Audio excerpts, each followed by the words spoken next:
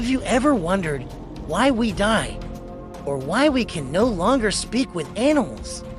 When they've learned our names, there's an ancient story that holds an answer, a tale from a time long before our own. In the beginning, the world was a very different place. Humans and animals lived side by side, not just as neighbors, but as equals. They shared the same language, understood each other's thoughts, and lived in a world where death was just a myth. People would grow old, their hair turning white and their steps slowing.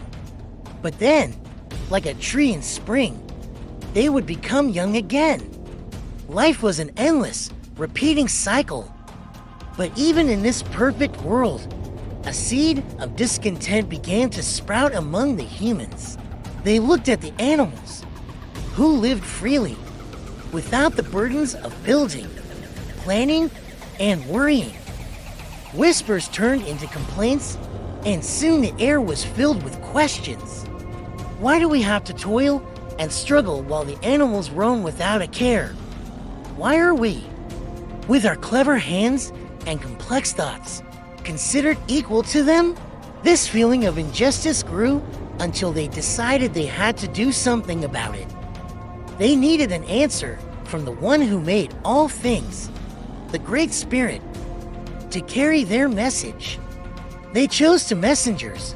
First was a chameleon, known for its slow, deliberate movements and thoughtful nature.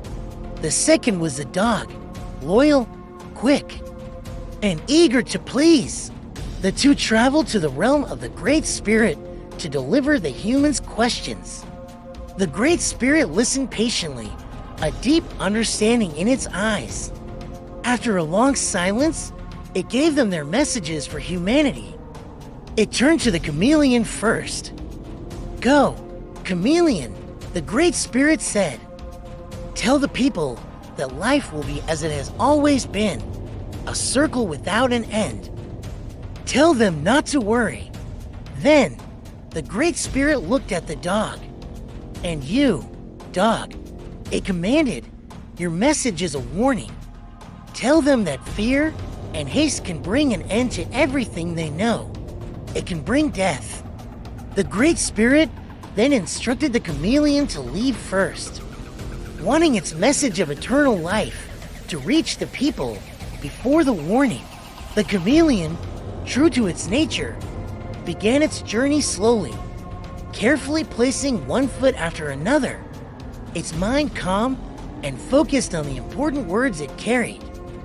But the dog, hearing the urgency in the Great Spirit's voice, couldn't contain its excitement and anxiety.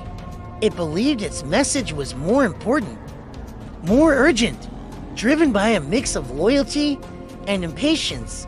The dog decided it couldn't wait.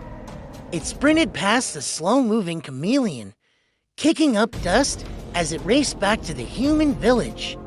It burst into the clearing, panting, its heart pounding in its chest. The people gathered around, seeing the urgency in its eyes.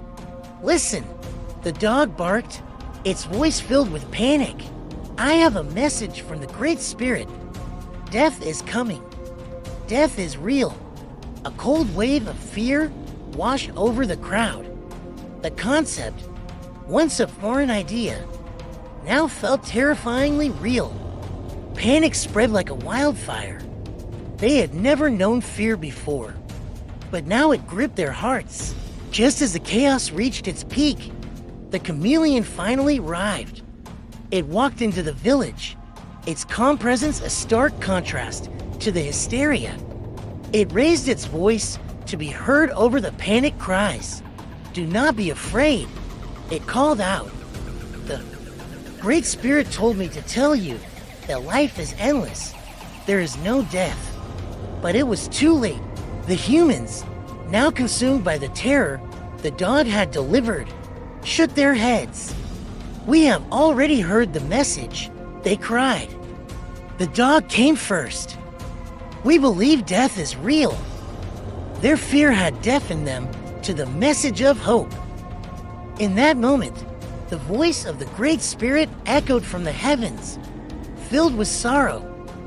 "You have chosen fear over wisdom," the voice declared.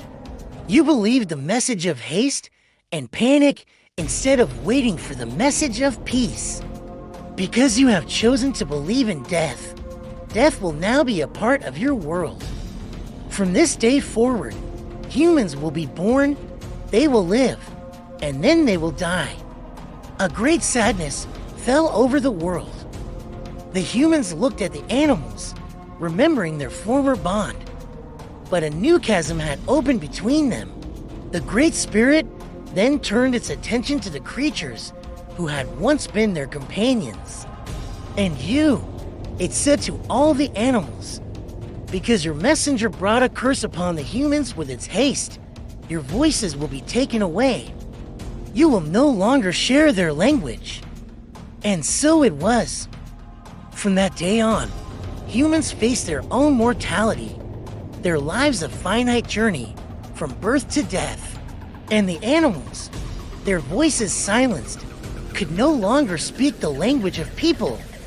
They could still communicate with each other in their own ways, through growls, chirps, and silent understanding. But the shared world of words was lost forever.